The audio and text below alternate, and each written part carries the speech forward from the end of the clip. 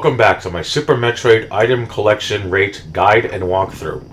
Before I begin, I just want to mention I am not doing a low percent guide for this because I am not very good at this game, and this game has a lot of technical shit that you would have to learn in order to do this stuff. And also, this guide is not going to necessarily focus on beating this game under the time limit to get the best ending, which all that really happens is you see Samus in her bikini, which I do not care. This game is more about exploration, but those who can speedrun it and collect all the items are pure the gods in this shit. Anyway, we're going to go through the remnants of Torian, which for some reason is inside an area, which really makes no sense. And honestly, if this is actually true, where Brinstar was all the way down there, then somehow Samus could have just taken that up and just go straight to Torian, but yet... Honestly, the design makes no fucking sense. Like, seriously. I mean, even Zero Mission establishes this. Like, what the fuck? Anyway, get used to hearing this sound a lot. Now, it's a badass tune, but honestly, this gets really old really quickly. But anyway, get the Morphing Ball. That is, Gamer's Instinct always go left. And we're gonna get our first missile expansion, which, much like in the Much like in the original Metroid, it takes 5 missiles to open these doors. Anyone who's been playing these games will know that that is a real bitch. But thankfully in later games it's just 1 missile. I'm actually curious if Metroid Dread that's coming out later this year will actually have that same thing, which I wouldn't be surprised if it were to be so. Anyway, I should mention there isn't going to be a lot of major sequence breaks. I'm only going to be doing ones that are easy to do. I'm not going to do like this super crazy shit.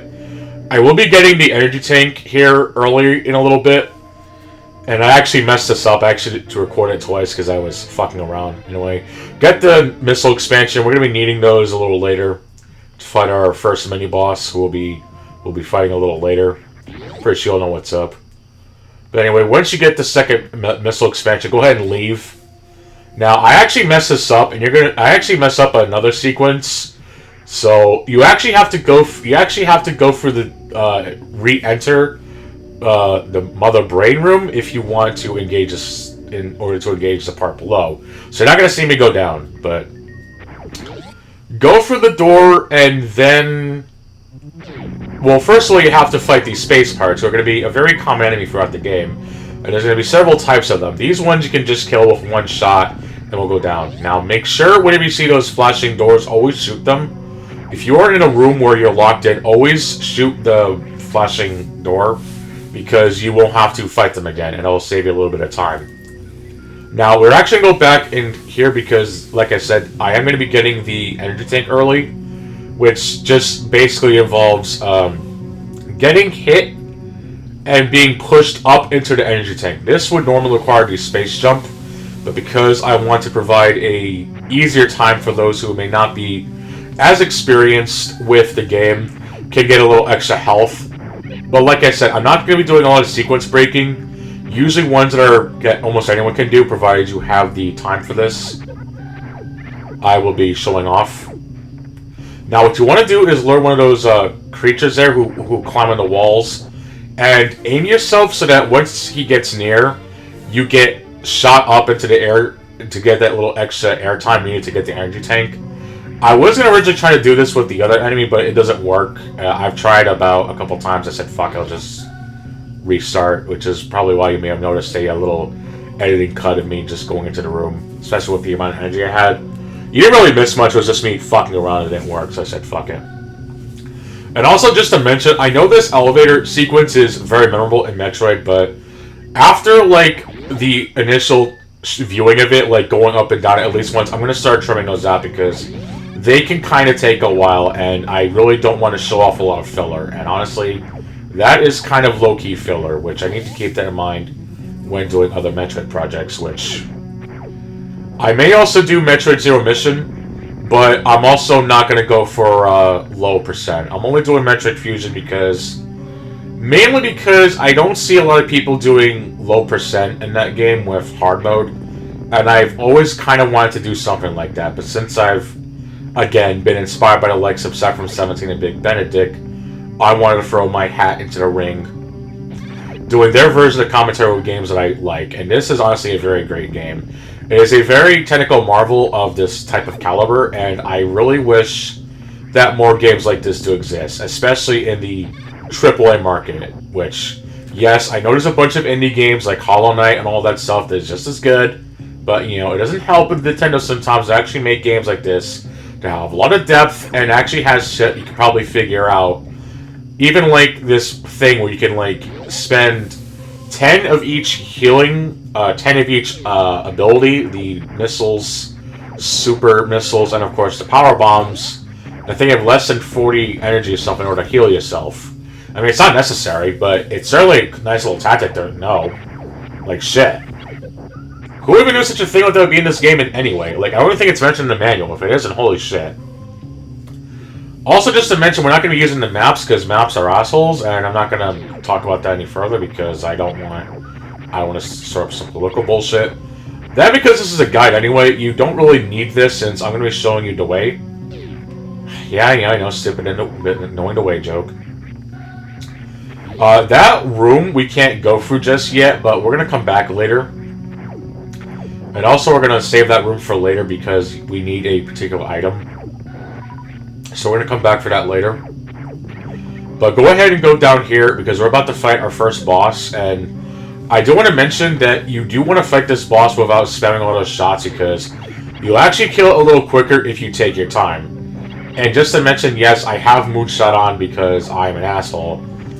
Basically what this does is that it lets you can fire backwards while walking behind you.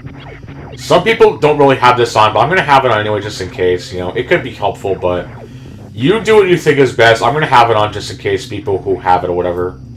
But anyway, go ahead and grab the bomb power-up, which we get this nice little, I'm guessing, 8-bit artwork of Samus.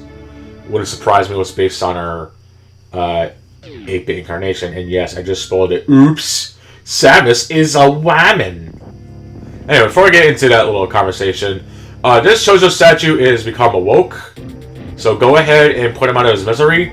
Try not to shoot a lot of missiles though, and if you do this, you'll actually be able to kill him before his head comes off, which can happen. You'll do so much damage to him that his head won't even come off, which is very important. But anyway, once you get once you kill the Chozo statue, you will now be able to plant bombs, which you're not going to really see me doing those tricky bomb jumps, although they can be helpful if you want to learn this game a little bit, which I highly encourage you to try at least once, because it is some good shit. And yes, I even tried getting the energy tank with the bomb jump, and let's just say I did not get very far. I am very rusty at this game, but hopefully by playing this, which I should mention, I am playing this on ZSNES X, or whatever version on DOS, the latest version, which is currently labeled XXX. Rule 34 of emulators inbound. We come here to get the last missile expansion of this installments. So now we're pretty much clear in this section, and I'm going to end this part by going to the save station that's nearby so that you can make some progress, which I will be ending videos whenever I get to a certain save station, because if you die in this game, you have to continue from your last save, which Metroid has always done this. Actually, no, there's actually just one more we need to get, which is actually the one from Mother Brain, which, yeah, even I forgot about that. Yeah, apparently Mother Brain has some extra missiles underneath her little caboose. Who would have thought? You can also, this little door you can find, which doesn't open, unfortunately, but that's way later for the end game, when we go off to Mother Brain for the billionth time or whatever the fuck. But yeah, we're going to go ahead and get one more missile. I promise this will be the last one, I promise. I did not mean to lie. This commentary is so on the spot, something funny, but go ahead and get this last missile. I promise this will be the last one. You'll now have plenty of missiles ready for ass kicking and extra health in order to dish out the damage, so there's no reason you should be sucking at this game, because yeah, this game can be challenging, but there is no known difficulty modifiers. I know there's a ROM hack of this game, but I'm not going to be using that bullshit because that's just... someone's idea of hard mode might be different from my idea of a hard mode, so I'm not going to bother with that shit. I'm just going to play the game as is. If there is a provided difficulty, that's fine. If there's a way I can make it a little more interesting, like doing an all items run, which this one's mainly meant to help people who want to get into Metroid since Metroid Dread's going to be coming out, and plus since this game is on the Super Nintendo Switch Online library, which I wouldn't recommend it. Just fucking play this game on your phone or fucking get SNES 9X or something. Like, damn. I don't think Nintendo's gonna fucking care if you download a game that's like fucking this old. Like, seriously. Like, seriously, if you really want to support Nintendo with this bullshit, just fucking buy Metroid Dread. Show them that games like that need to be more made instead of like fucking remaking new Super Mario Brothers U and charging like $60. Seriously, that was fucking terrible.